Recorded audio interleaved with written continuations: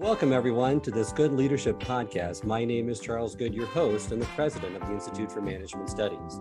This podcast is designed to provide you with actionable insights and tools that you can use from discussing the research, stories, and background from recognized experts and practitioners to accelerate your impact in your current role. Welcome, everyone, to this episode of the Good Leadership Podcast. Today's episode is going to be with a very special guest talking about a self-help guide to get you to where you can thrive in the midst of adversity.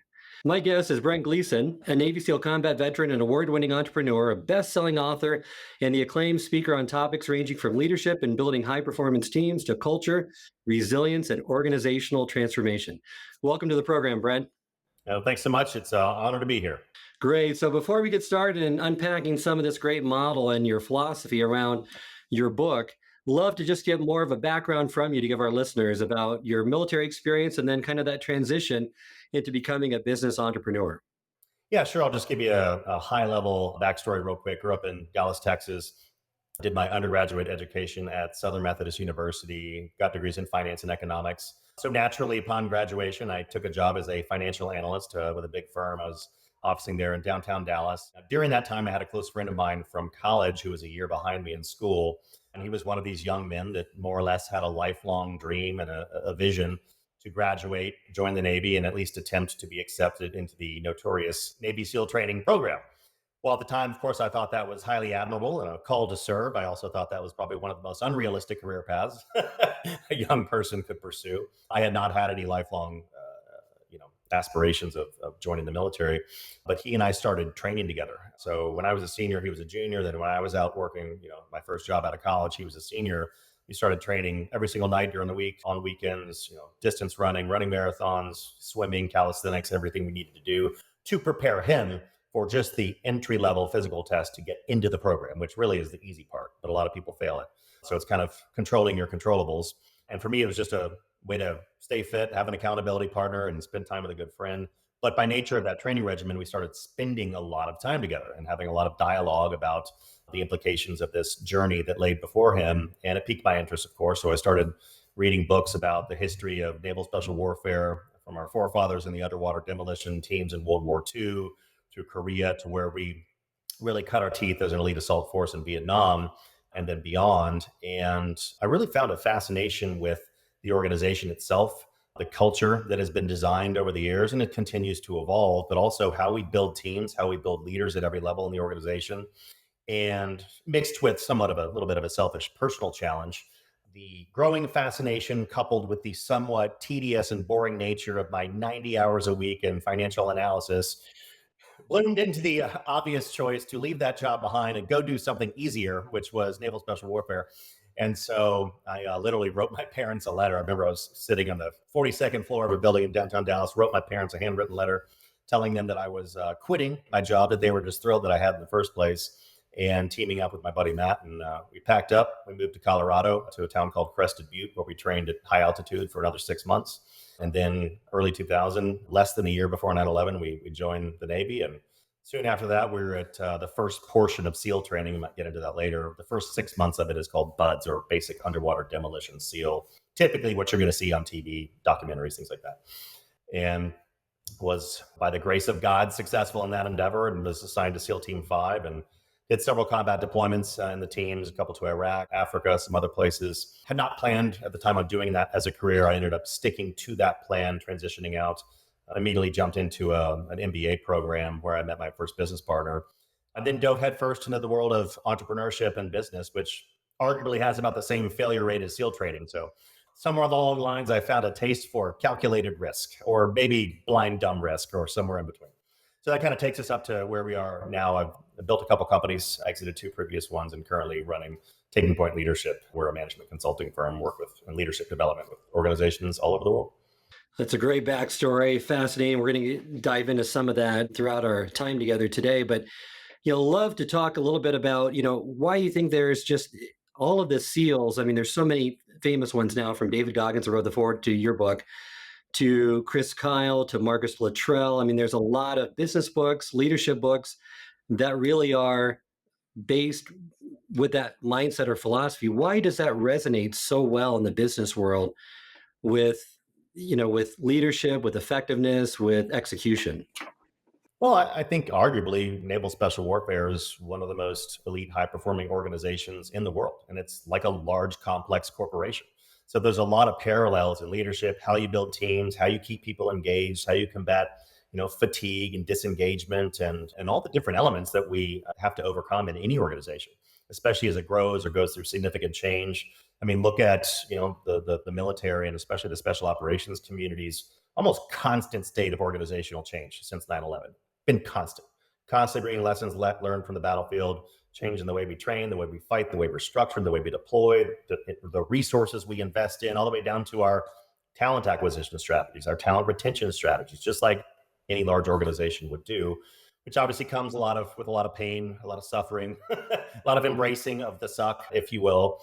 So obviously, by the unfortunate nature of being at war for 2 decades, we have droves and droves of veterans entering the workforce every single day, with a lot of them being in elite military units like special operations or fighter pilots or what have you, or intelligence. And those people are bringing somewhat of a new perspective, or at least a very honed perspective on what high performance really should look in a good business organization, and how all those leadership and behavioral aspects of building great teams and a great culture drive growth, they drive sustainability, they drive profit. A lot of the things that organizational leaders who don't necessarily have that background and have led in very, very, very complex, adverse situations look at things obviously through a different lens. So the veterans coming into the workforce now have these opportunities to tell great stories, whether you're talking about Chris Kyle or Marcus, or great stories of heroism on the battlefield. There's a lot of insights that we can learn from how decisions are made, to servant leadership, to culture, to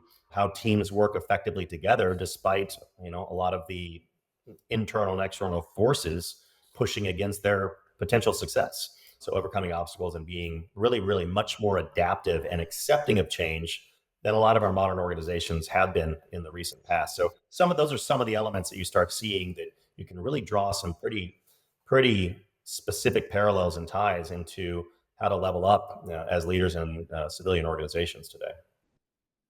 And I agree with you, and I'm glad you unpacked that, because they still see a certain subsection of companies and leaders thinking that military is separate, that there's no lessons to be learned, and that's completely untrue. There's a lot of, like you said, innovative solutions. I mean, they deal with highly complex situations and adversity all the time, and we have this resource, this talent resource that we're not leveraging, and that really has fueled a lot of interest and demand for especially special operations people coming into the business environment and sharing their skills and insights that have been honed through decades in the military.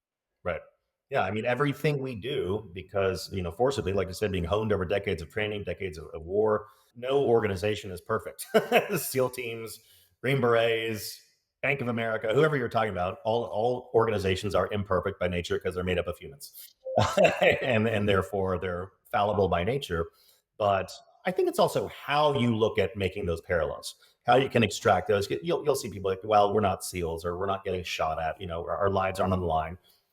Put all that stuff to the side. You're talking about the principles of high performance. You're talking about results orientation. You're talking about relationships. You're talking about the people practices. You're talking about strategic prioritization. Just like in any organization, you have to deal with every single day. Those are very clear parallels. And, in Naval Special Warfare, we've just gotten really good at doing it exceptionally well. So there's key lessons to be learned, whether you're a, 3-month-old startup to a, 50-year-old, 4th-generation family-owned construction company.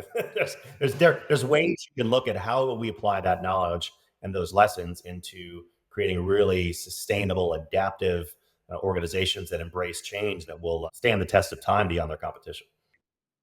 Absolutely. And embracing change also involves kind of that mindset that the title of your book, Embrace the Suck, which this book is a great book, provides an actionable roadmap that empowers you to really to expand your comfort zone to living a more purpose-driven life. But if you could just unpack that philosophy a little bit more to give people a little more context on really what this means. Sure. So my first book, Taking Point, is more of a business oriented book. There's stories in there, but it's really more focused on leading change in an organization, organizational transformation, change leadership, change management. And then we built a company around that. A lot of our curriculum was designed to that. So over the past several years, in having the opportunity to work with organizational leaders all over the world with different cohorts, different types of organizations. There's so many obviously nuances in the work-life balance these days. It's just full work-life integration. It's just how do you integrate it and how effectively you integrate it. But I was thinking, well, maybe there's a more of a personal transformation story here that could be told. Because with every leader or leadership team we've worked with, you obviously get down into the very personal elements of their levels of resilience, their levels of ability to engage others, and how that how their personal life impacts how they show up to their teams at work, whether that be in person or virtual. And so the wheel started turning, and I'd never been a guy who was into reading self-help books or listening to self-help podcasts. I was like, well, shit, maybe I should get out there and see what resonates and what doesn't. So I started reading a bunch of different self-help books. I actually started with the Subtle Art of Not Giving a Fuck, which I thought was masterfully written, especially for the guy's done phenomenally well, but not necessarily someone with a ton of life experience. So the way he crafted the narratives in that book obviously resonated with millions and millions of people. And then I looked at some other books, and some I thought was interesting, some I thought wasn't, some I thought was interesting reads, but just fluff that's not actionable. So I wanted to find something in between that would resonate with people, but that's highly actionable. So if you're going to talk about a story or a theory, have a model to go with it, and something that people can literally, when we write articles or I write books, I want that type of content to be something people can go back to over and over again. And if they listen to the audiobook, they go back and buy the actual book so they can take notes and highlight things and use these things as a tool. So that's where the concept of Embrace the Suck came from as a book, and then started doing a lot of research on resilience and some behavioral psychology and how that applies, not from a leadership standpoint or in the workplace, but just in general in lives. How do we become more resilient? Are you born with resilience and grit, or do some people have more resilience in their gritty bank account than others? Do you have to forcibly develop it over time intentionally? And it's kind of all of the above, what I've found. And as you see in the book, there's stories of, that's what's interesting about SEAL training. It's a fascinating social experiment, if you will. Let's say you start with a class of 200, you could never, ever successfully identify the 20 or 30 that are standing tall at graduation. You might be right a couple times, just, by accident or out of luck, but traditionally you're going to be incorrect in your assumptions about people and their levels of resilience and where that comes from, regardless of their background. You get people from different financial backgrounds, educational backgrounds, cultural backgrounds, religious backgrounds. Even though you look at a bunch of SEALs, they might look similar in nature physically, but you're talking about a very wide level of diversity of thought, diversity of experience, and even background too. So those were some of the things that came together and looking at, well, what makes a resilient person? Some person with this background that's totally different than that person, yet they can accomplish the same things and overcome the same obstacles. Why is that? So that's what initially piqued my interest in doing research on resilience and mental toughness. Well, and you have the definition of resilience really into three categories, right? There's a challenge phase, commitment, and then control. Could you talk a little bit about each one of those? Sure. So of those three pillars, you can break it down into many, but broke it down on the research into these three pillars of challenge.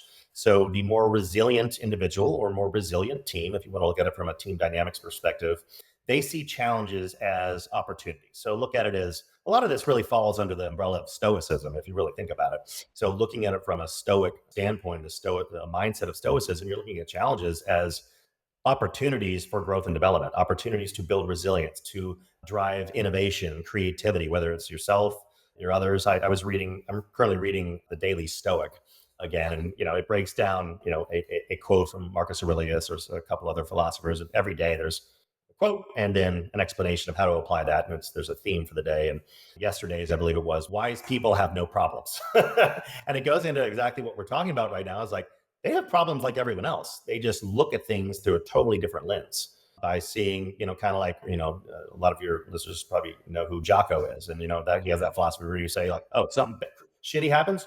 Good. What are we going to do about it? What are we going to learn from it? Good. I mean, we don't all initially think that way. It would be inhuman for us to be like, oh, great, I just lost that big investor that I was hunting for 6 months, or that deal we were working on for a year just fell apart at the last minute. Nobody thinks that way initially, but if you can continue to train your mind to be like, all right, what I was talking about where wise people have no problems is looking at, kind of more of that contingency plan thinking of what's the worst that could happen, and seeing almost in a way of changing your mindset. Like, I hope that happens because I have a plan for that and we'll adapt at that time. If the other good stuff happens, great, you're winning. So you're either winning or learning. There's not that mindset of I just failed or I just lost. It's no, we didn't quite make the mark, didn't quite achieve that goal, but I had a plan for that, so we're gonna pivot to that level. So it kind of goes into people looking at challenges as opportunities for growth. Now, commitment obviously goes into resilient people are deeply, deeply committed to their goals and what they're trying to accomplish. They're also very good though at prioritization. We have that sort of all in all the time philosophy in naval special warfare. People are like, well, what does that mean? How can you be all in on everything? You're 100% not all in on everything. It's about prioritization and execution. So people who are more resilient typically are very, very good at looking at the goals they want to achieve, the prioritization of those goals, the duties for execution to achieve those goals, and everything else that doesn't associate with that, they get rid of it and they don't focus on it. Just like a company with a great mission, anything outside that mission or outside their core values or stated, behavioral standards, they don't engage in, and therefore they don't get distracted by things that are not associated with the goals they're trying to achieve. So they can be more committed and give more of their time, talent, and energy to achieve those goals because they're not distracted by shiny objects. And then finally, control is just really focusing on this is really one of the most fundamental elements of resilience and even stoicism is focus on, I don't like to say ignore things that are out of your control because you want to maintain situational awareness, but focus your time and energy on the things you have control over, or at least are within your sphere of influence. And everything else, you put it off to the side. If you're trying to, just like when I made the obvious decision to transition from finance to naval special warfare, I quickly realized that everything in my world would have to change. So looking at challenge, commitment, and control, anything outside of those three dimensions that I just described went away, including most elements of my social life, how I spent my time before work, after work, on the weekends, even going as far as removing certain people from my life that I knew would stand in the way of achieving that goal. I'm talking more about like the naysayers and people like, you're never going to do that. That's a stupid choice or what, anything like that. Or people who would try and, buddies who would be like, no, don't go train, come to the bar and drink with us. Nope, you're out of here. Anybody who's going to distract me from that goal. And I mean, meaningful things, but it was radical change to achieve a very lofty goal. Just like anytime anybody, you or anyone else has achieved a big goal in their life, it didn't come without sacrifice. It didn't come without cutting out other things and making better decisions to stay the course and not get distracted by, again, the shiny objects and competing priorities. You're right that, and we'll be talking in a few minutes about the temptation tiger and all those temptations that's just easier to plan for and avoid than try to overcome when you're in the middle of that. I mean, someone once told me, if you're an alcoholic, you don't go to the bar to eat pretzels, right? It's just not a good environment to be in. So with that too, the control piece, so essential. And a lot of people take on stuff that they can't even control to get stressed and worried. And you have a great story that I want you to share later regarding that. But first, just looking at pain as a pathway, pain can be an incredible pathway to living an extraordinary life if it's used correctly with the right mindset. You just have to embrace it. So a lot of people, when they're going through adversity or pain, they don't want to fully experience it. They want to put it off. They want to avoid it. But what you suggest and what you recommend is people to challenge that perspective, right? And fully experience your pain and emotions, fully process them because you're going to come out stronger on the other end. Yeah, I mean, there's definitely some varying nuances there to what I share in the book about suffering practices, to using pain as a pathway to embracing. Obviously, you want to be sensitive to people's different situations. I mean, we're not talking about things that are just unimaginable, like the loss of a child or loved one, and other things like that. Those are, and those things are quite common, unfortunately. But so you can still apply these same philosophies just in slightly different ways. So don't want to sound insensitive to people who are going through just the most unimaginable sadness and depression for things like that. But when you look at it too, a lot of us, and this goes back to questions I get asked about, the difference between the people who are successful in the early stages of SEAL training and who are unsuccessful. And really, it's easier to talk about the people who are successful and why they are, because there's all different reasons, a different emotional and physical journey for every student, and with almost a 90% all said and done, 90% failure rate. There's all different types of reasons and how well they prepared or didn't prepare. But in those moments, people who have suffered the most, in this world have typically, and this is just my opinion, obviously people know this, and there's a lot of research that have come out typically stronger, more self-aware, more empathetic to others. They engage in greater degrees of altruism and giving back. And the most resilient people will use their suffering and experiences to lift others up. You see that in SEAL training too, where sometimes the people who are suffering the most, the small guy who doesn't look like he would make it, and he's shivering his butt off so bad his teeth are chattering and cracking, but yet somehow it's that person that gets up and stands tall once again, not for himself, but to pick up the person to his left and the person to his right, making that suffering about them, not about oneself. And so shifting that mindset, that narrative in your way of thinking to, thinking about we're all suffering together. So let's find ways to lift one another up in that regard. And when it comes to your point around some of the suffering practices that I talk about in the book, one is to really lean into it and experience those emotions in full.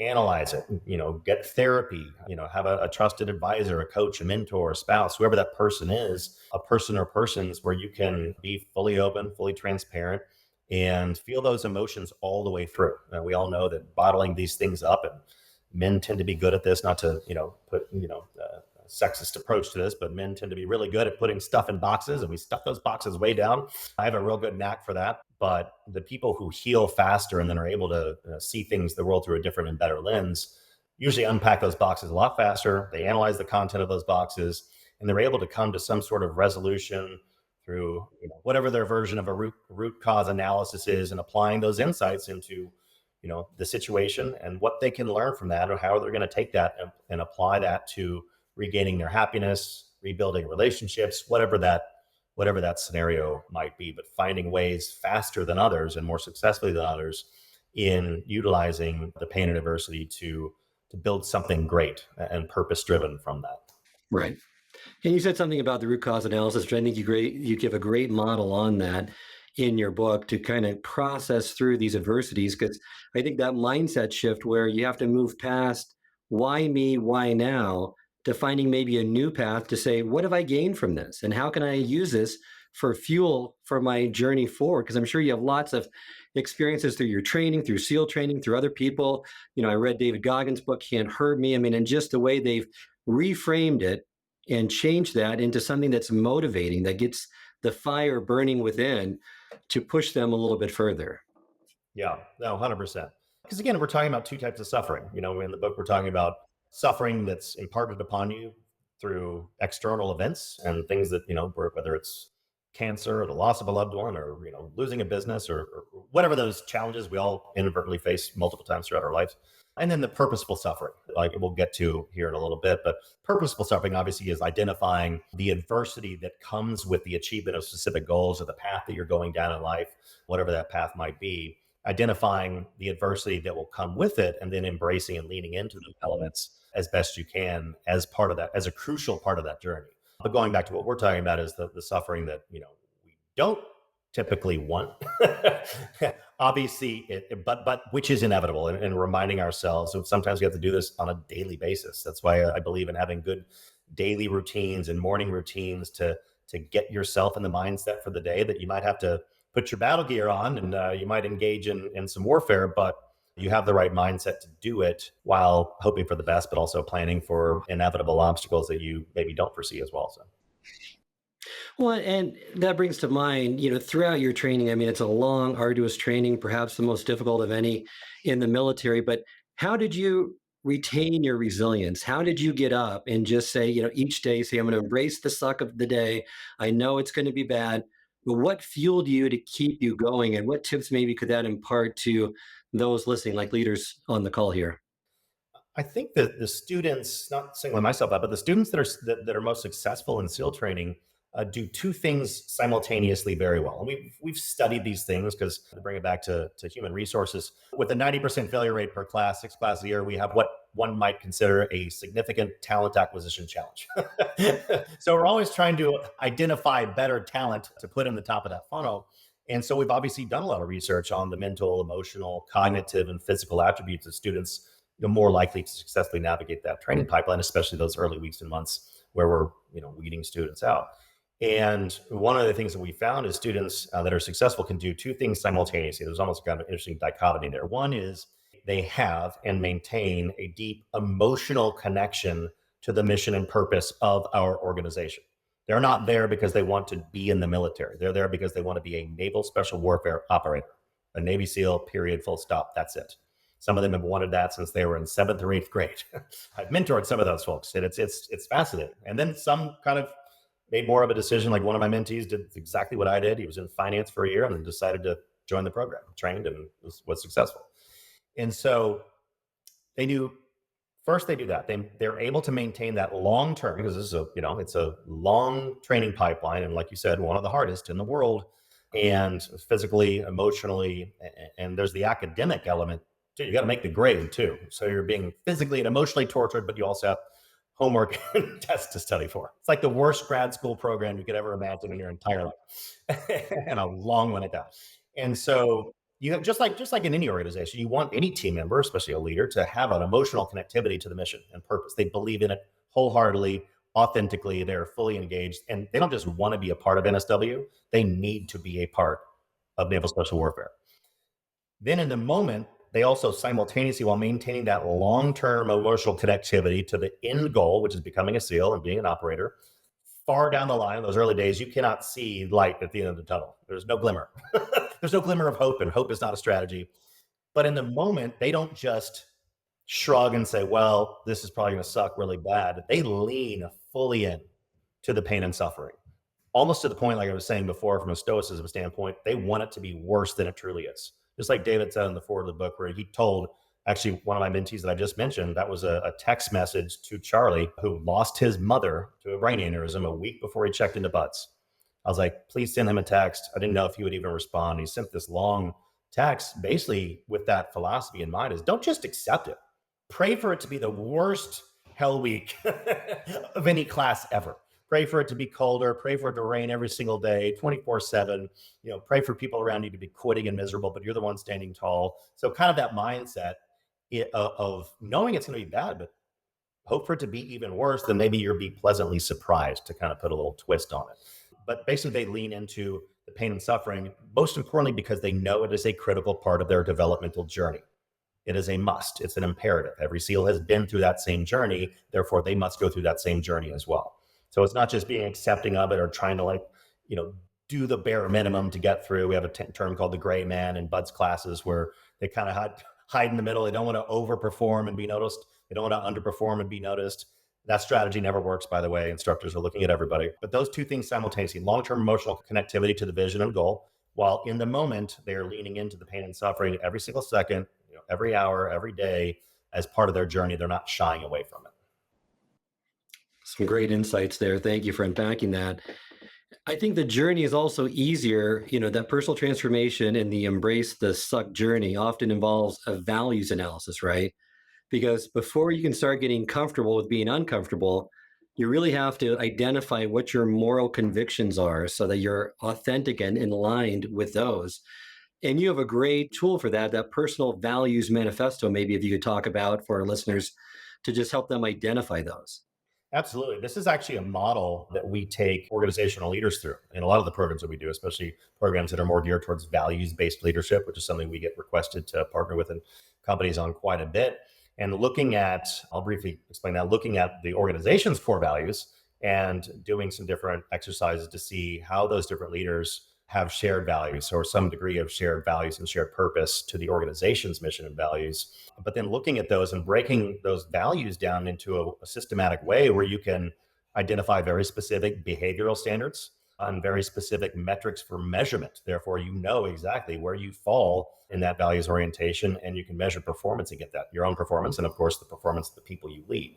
So when writing this book, I was like, wow, it's something really powerful, because orientation to your personal values plays a huge role in resilience, because people who either don't have clearly defined values, or they're inauthentic, or they have them and they stray from them every chance they get, tend to self-inflict more pain and suffering on themselves than they probably want to, are less successful. They tend to have poor relationships, or relationships that don't last, both professionally and personally. So I thought, well, maybe there's an adapted model here we can use for the book, which I thought was a really good way to further connect people to their own purpose. I don't want to overuse the talk about purpose and all those different things, because like I talk about in the book, like, don't just sit around wondering what your purpose is and, not, executing and working and finding a path towards what you really feel like you need to be doing with your life, but looking at your core values. And if you don't have them, sit down. And then the exercise takes you through the mechanism where you sit down and write a value on a Post-it note. If you want, you can do a list, whatever it is. But I like the whole the Crawford slip method, where you can take Post-it notes, put them on the mirror, put them on a whiteboard, and say, I believe in. Come up with 15 or 20 values you think you authentically believe in, and or, to be a little bit aspirational, should be more disciplined in, and then narrow it down to 4 or 5. You shouldn't have 10 core values. No person or organization should. There can be subsets of elements that combine together into different themes. You can take 20 values and associate them with certain themes and come up with what that value is. But then coming up, if you say, for example, integrity, that's something that I truly believe in. My grandfather instilled it in me, and integrity is one of my core values. Great. What does that specifically mean to you from a behavioral standpoint? How do you conduct yourself? How do you interact with others? So writing 2 or 3 behavioral standards down to help you better define what you mean by integrity. So, that could be associated with how you interact with others. Like I said, your definition of integrity, again, something you could look at, be like, I can measure that. And then even going a third layer below, saying, okay, how can I measure that on a regular basis? How can I look back at this, whether I'm celebrating a win, like I achieved that goal, how did my goal of integrity play a role? Well, let me look back at these definitions of behavioral standards, metrics or measurement. That's how I know integrity did actually play a role in winning in that regard. If I make some bad choices and I fall short in meeting this objective, or I'm struggling in my marriage, or I'm not being as good of a father as I really want to be, well, maybe I'm falling short, assuming integrity is an authentic value. Maybe that value or one of the other values that I've defined, maybe I'm falling short in one of those areas. So when you have those clearly defined, you have those behavioral standards and definitions and metrics and measurements, then you can go back and look very specifically at performance, either good or bad. A lot of organizations don't do that either. They have their nice core values. They were written in a vacuum by one founder years and years ago. And yeah, maybe they're on the website or they're on a wall in a conference room, but nobody knows them. Nobody knows what they really mean. Nobody certainly knows how to measure them from performance and behavioral standards. So bringing that into your personal journey as an individual, it's a great exercise too, just to go back and reflect on, what really drives you. And it's okay for your values to kind of evolve over time, especially your definition of what those values should be. You're right. I love that model. And I love, 4 to 6 values. It all starts with your values. And I love how you add that there has to be some behavioral metrics, right? So when you're demonstrating that, yeah, I'm a person of integrity. Okay, so how are you showing that on a daily basis? And then not only that, but you add that additional level of accountability. Who's going to hold you accountable? Or are you holding yourself accountable? Because if you're not, it's going to be really hard to have that change be sustained over a long period of time. Yeah. Yeah. You literally could give that values rubric to a coach, a mentor, an accountability partner, and be like, hold me to these. It's all written out right here. Hold me to that. And if I stray, let me know. Totally agree. You got it. So the next topic I want to kind of touch upon is really temptation, because anyone that wants to be successful, make a difference in this world, have really their authentic voice shine, they're always going to be faced with temptation. And I know during SEALs training, especially during Hell Week, reading your books and others, there's a lot of people within that training, the instrucors just give up, just ring the bell. How do you stave off temptation, or what are some strategies that you found to be effective? It always makes me laugh when thinking about that. Is yes, there is a certain role instructors play in those early days, or they're either tempting you with a warm blanket and hot chocolate or coffee, driving along in a truck next to you with the heat blasting and you're shivering, running down the beach, miserable. They're like, come on, Gleeson, hop on in here. And some guys fall for it. They're like, yep, I'm done. But 30 minutes later, when they're dry and warm, all they feel is regret, the sting of regret. But really, it comes down to these simple things. We talk about accountability and personal accountability. We talk about discipline, all these different things, but it comes down to following process. It comes down to having good mechanisms in place and good rituals that you try not to deviate from, that make battling temptation as easy as possible. That's really what I found to be the key. Like you said before, like, well, if you're an alcoholic, don't go to the bar, or make sure you don't keep booze in the house. If you're trying to lose weight, eat less junk food, don't buy junk food. Like those simple analogies, obviously, but put yourself in a position to win. don't put yourself in positions to be tempted more. Just what, like I said before, when I was pursuing this goal early on, I had to eliminate all temptation from my life, meaning I'm not going out to the bar for that one beer with the guys after work. Nope, I'm going for a long run and I'm going to bed early because I'm getting up early. I'm going to do it again. And so I had to, because I know my friends at the time, and it would have been one beer. It would have been 5 beers. And then I'd be like, ah, shit, why did I do that? Then my workout sucks the next day. And then you're, losing momentum. So that's what the taming temptation tiger was probably my favorite chapter to write in the book, because it allowed me to be a little bit creative with that, early narrative about the tiger and describing him and how he, lures people into his lair when they're actually on their way to Glory Town, but they get deviated and distracted and take detours to places that have nothing to do with achieving specific goals. So again, to simplify it, it goes back to removing things in our rituals in our lives, or creating new rituals that don't have anything to do with elements that will distract us from staying in the course, from being a healthier person, having better relationships, being more disciplined at home and at work or in our wellness practices, and really getting rid of everything else. If you try to muddle it all together, you're just putting more roadblocks or potential roadblocks in your way that you're going to have to eventually navigate. So why not remove as many of those roadblocks as possible, to just like a good strategic plan? One thing when we teach strategic planning, kind of follows a very simple mission planning model where, okay, we're clearly defining our objective. My objective is to lose 20 pounds, whatever it is. Clearly defined, commander's intent, clearly measurable mission statement, SMART goal, whatever you want to call it. All right, well, let's look at resources. What resources do I need to achieve that goal? Anything else? Move it out of the way. And the next step would be to look at threats and blockages, temptations, anything that could stand in your way of achieving that goal of losing 20 pounds in 6 months, whatever the time bound nature is. So that list, and that goes into any mission plan or any strategic plan in business, you need to look at those threats and blockages so you can navigate them accordingly and make the assumptions that those will pop up, or that they're already standing in your way. And so that's really what we're talking about. Then various things that will tempt you to deviate from that plan or that path will fall into that bucket of threats and blockages.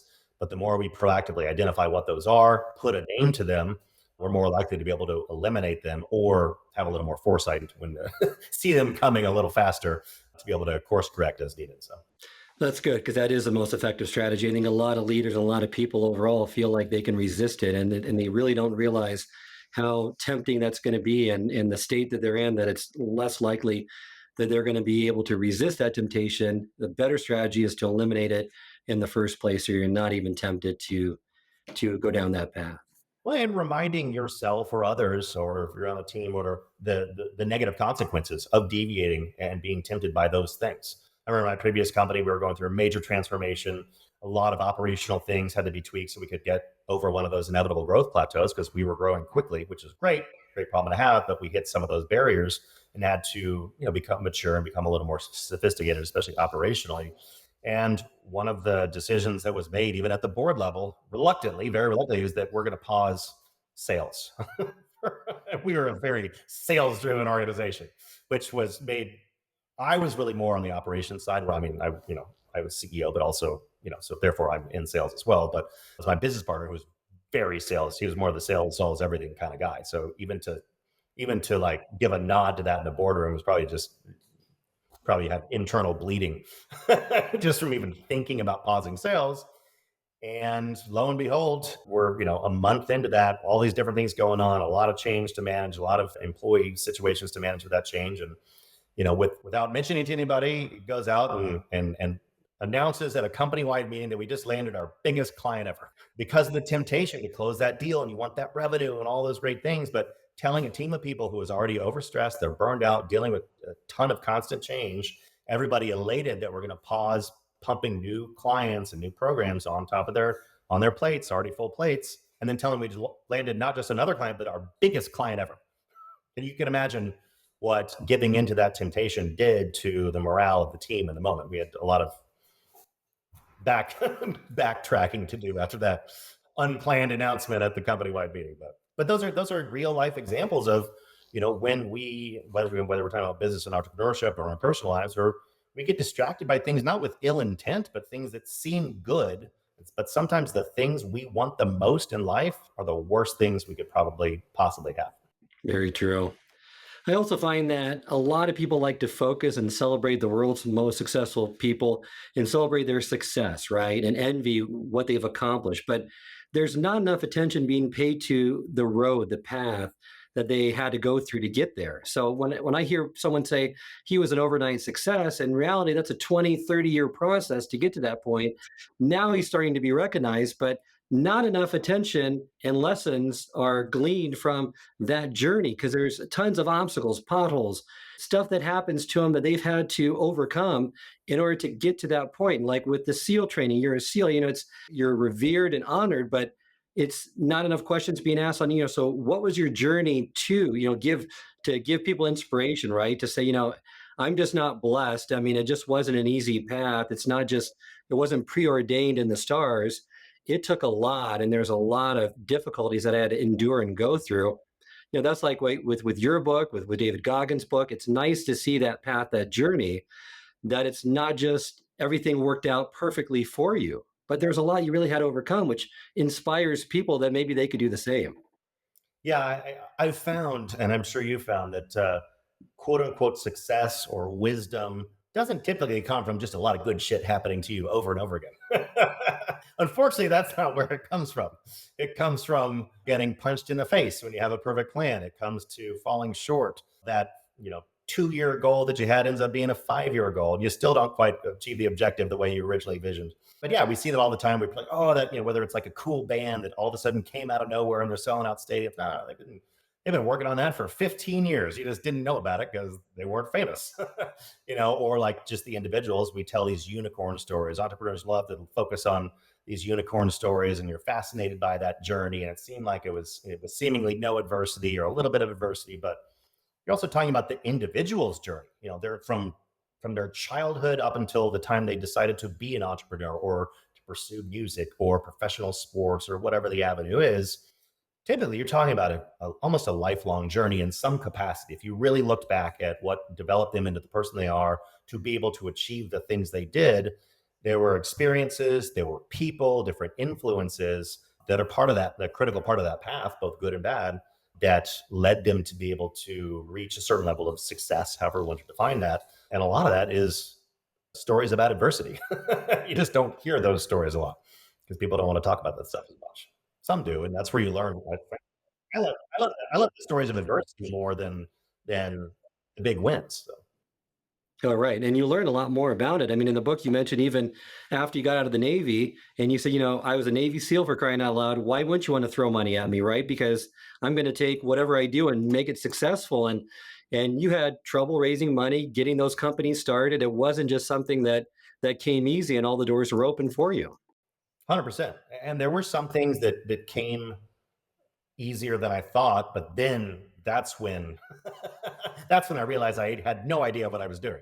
And it really did very quickly go back to reminding myself on like how we build teams in naval special warfare, and how, when you're a new person on a team or going through training, you know nothing, and you're reminded that you know nothing. But being a lifelong learner, being humble, your humility is like one of the most powerful elements to good leadership. Knowing that you're not the smartest person in the room, you shouldn't be the smartest person in the room most of the time, and finding ways to just absorb every bit of knowledge about how to be successful, but also what are the potential pitfalls that will most certainly cross my path at some point, and there will be many.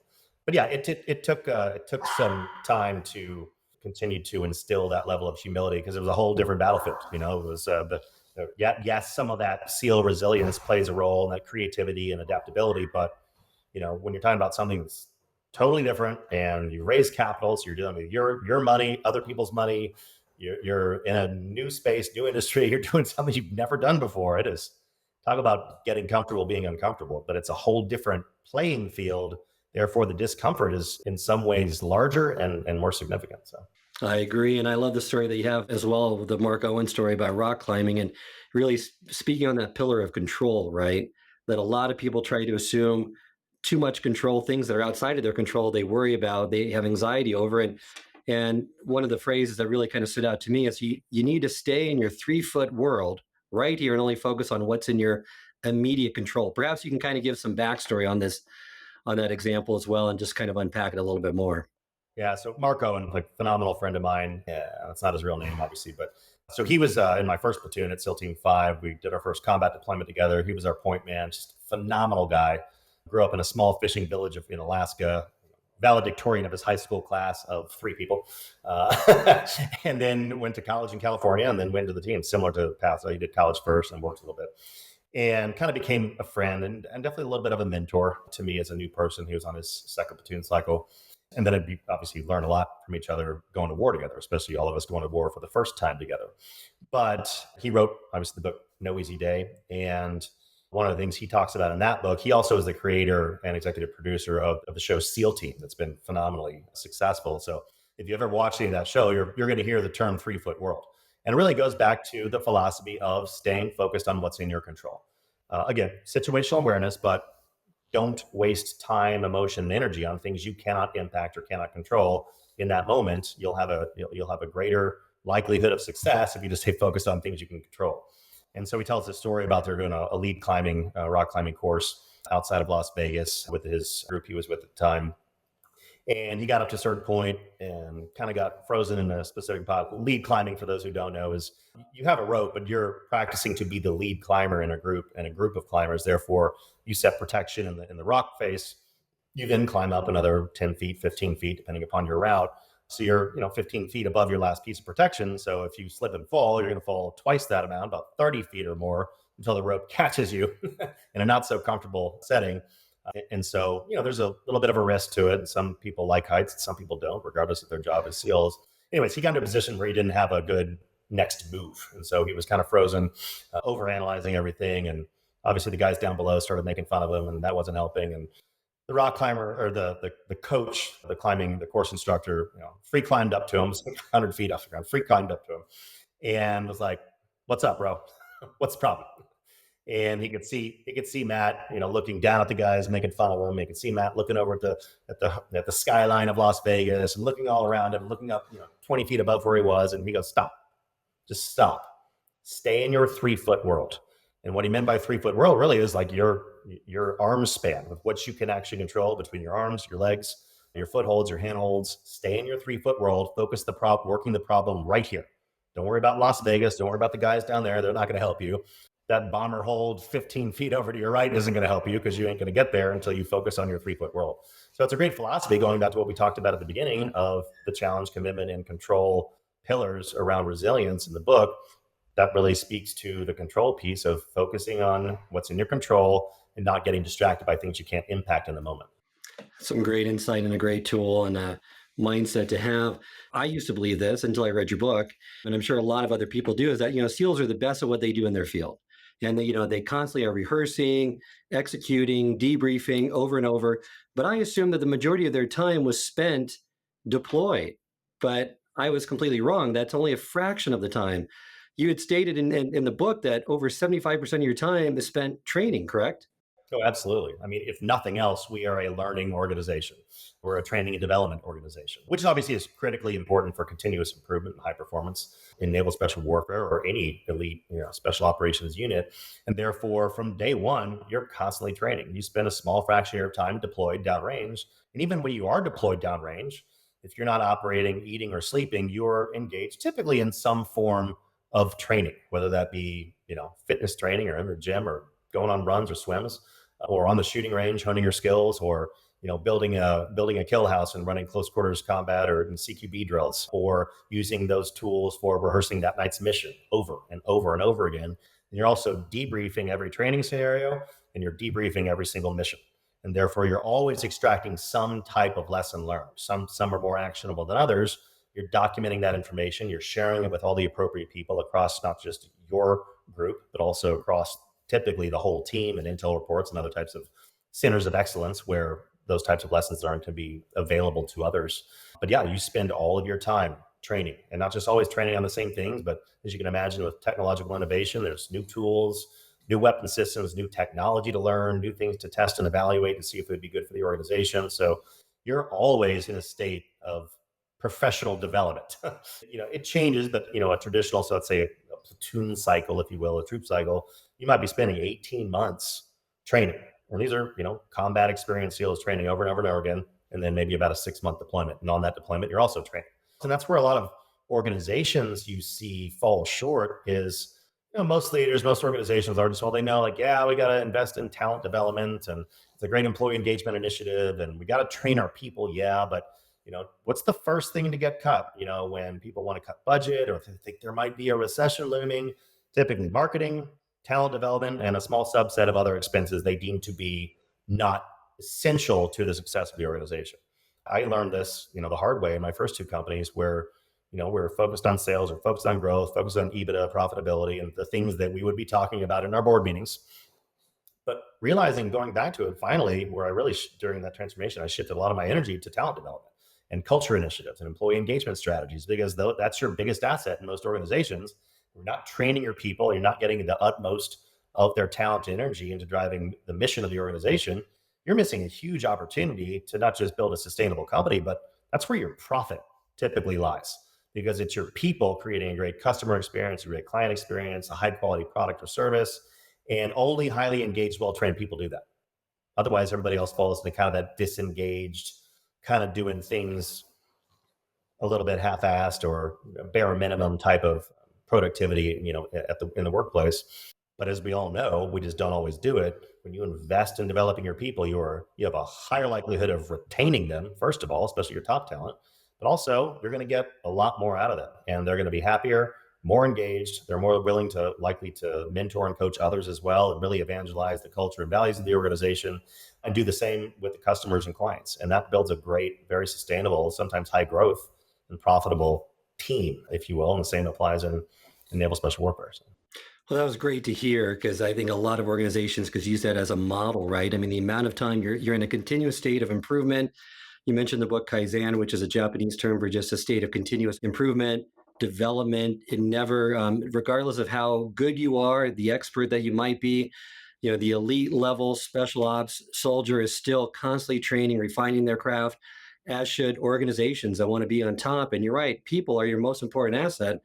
And I couldn't agree with you more regarding the fact that in times of recessions, the first thing to cut is development training, right? Which it's at those times that you really should up your investment in your people. 100%. And that's not just my opinion. It shows like the companies that come out of, I'm not saying we're in a recession, but I'm saying, we saw this in COVID or other types of things, or back in 2008, 2009, companies, they chop heads, they chop marketing, they chop talent development. They come out weaker every single time on the other side of whatever that obstacle is. Whereas the other organizations that find ways and find budget or some type of internal resource to stay the course and really invest in their people, they will retain the best talent. And they typically find ways to grow during those down cycles and gain some subset of market share, or have the stronger ability to do so on the other side of that obstacle. Whereas the other organizations that don't almost always are in a much worse position than they were previous to whatever that obstacle was. You're right.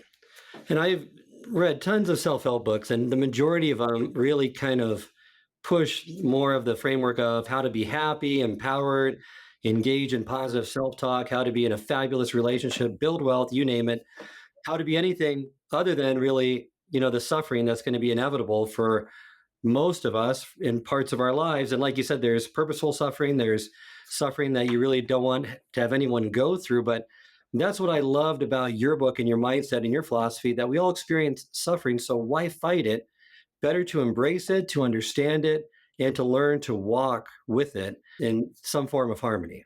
Absolutely. And I think the more that you can do that in a very productive and healthy manner, you build kind of like, my buddy David Goggins would say, you build these mental calluses. I love that philosophy of the mental callus, where you become, you're not more immune, but you're just more accepting of these inevitable adversities and emotional, physical, what have you, where you almost expect them to come at some point.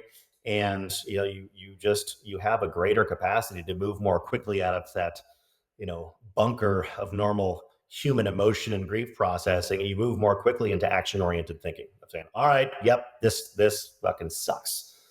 Great. It is what it is. It's happening right now. Let's find a way. Let's do an analysis. Why did this happen? How did I contribute to this issue? Maybe I did, maybe I didn't. Whatever that ends up being, whatever data you can extract, then applying that to whatever your strategic plan and actions are going to be to achieve some type of result coming out of that. And the more you can do that, you kind of take the emotion out of it a little bit by just making it a little bit more of an analytical approach to saying, yes, this thing is happening or these things are happening. So they're not going away anytime soon. And, people always that joke like, well, the thing about problems is they're going to be there tomorrow. So you might as well address them today. That was something I actually struggled with, especially I think just as a human, but that was feedback I got too from 360s and coaching, as an earlier entrepreneur, and I'm always working on it now, was that I'm a bit of a conflict avoider, interestingly enough, which is why I actually really enjoyed writing this book and doing the research. That's something I've struggled with, especially as a leader. But my wife would tell you, she gives me great radical candor on a daily basis. She's like, you're sticking your head in the sand again. You're not addressing it, right between the eyes. And so it's something that I'm always trying to work on and get feedback about.